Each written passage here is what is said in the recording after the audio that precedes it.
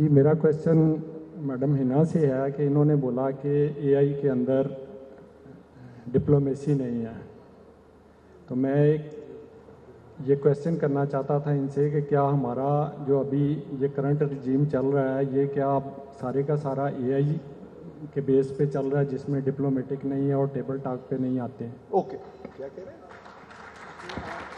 I didn't understand that. Neither did I. But I think आपने assume किया कि मैं कह रही हूँ कि AI में डिप्लोमेसी नहीं है.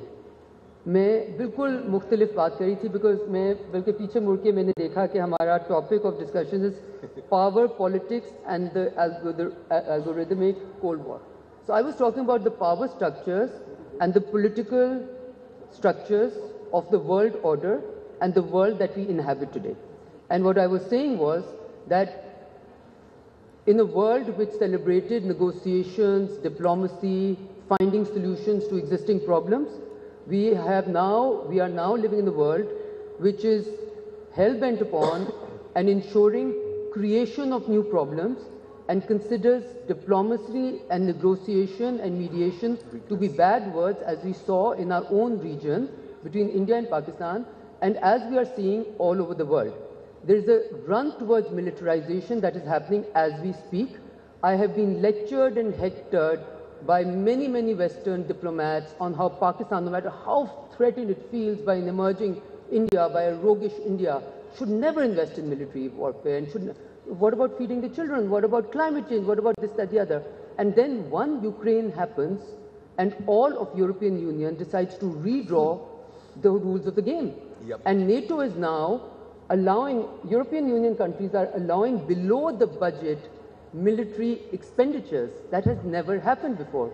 People were talking about 2% of the GDP and now they're celebrating any country which goes up to 5%. Canada, little pretty Canada, is feeling threatened enough to now increase its military spending. In all of this, there's this fear that, oh, somebody's emerging, threatening, they're going to come and eat us up. We're like, that country hasn't really colonized anyone else. That country hasn't gone to war. That country hasn't gone to war for the sake of human rights and then made a mess out of it. But yes, let's build that fear. So the world that we're living in is based on fear. It is dividing us, and these algorithms are dividing us also internally. Okay, so we are living in a world which is exceptionally dangerous because the tools that are now at our disposal are now time sensitive to a point of milliseconds. You will not take days to take decisions. If there is a nuclear warhead coming in, which may not have, but it is dual use, it is capable, you have few seconds to decide you want to respond or not. And the most dangerous thing, which I've recently read in one of the finest books, I think, not the finest, but a good book, Genesis, which was one of the last books of Henry Kissinger, and Eric Schmidt have co-written this.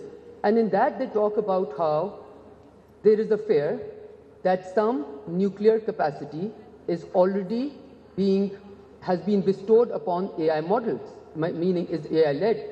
Now, that's why I said in this race towards AGI, because that's a race. Right now, artificial intelligence को कर रहा है जो कर रहा है, और उसको हम different forms में देखते हैं.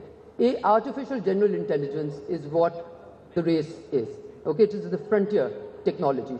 Frontier technology की race इस वक्त हो रही है. उस race में rules of the game कहीं नहीं है. किसी किस्म के rules of the game नहीं है. किसी किस्म की negotiation नहीं है. हम ऐसे दुनिया से निकले हैं, दुनिया में गुजारा है, जब during the height of Cold War, during the height of conflicts, we were still speaking to each other. Now we're telling each other and everyone, there are two camps, the good and the bad, the us and the them, and it is happening at the regional level, it is happening at the global level, and I just want to perhaps make this very important point, and I'm going to take the liberty of making that point. What is happening in the world is, we have weaponized the very tools of world order. What do I mean by that? Economic sanctions, trade sanctions, human rights has been weaponized. ये जो अब हम टूटा हुआ एक world order देख रहे हैं, उसकी वजह ये है क्योंकि we have decided. I have sat on stages in Aspen just this summer and being told by a really important American, not to be named because it was Chatham House rules, who said that when questioned by me about, well, you're supposed to be threatened by Iran, what about Israel, and what about the fact that it has attacked 10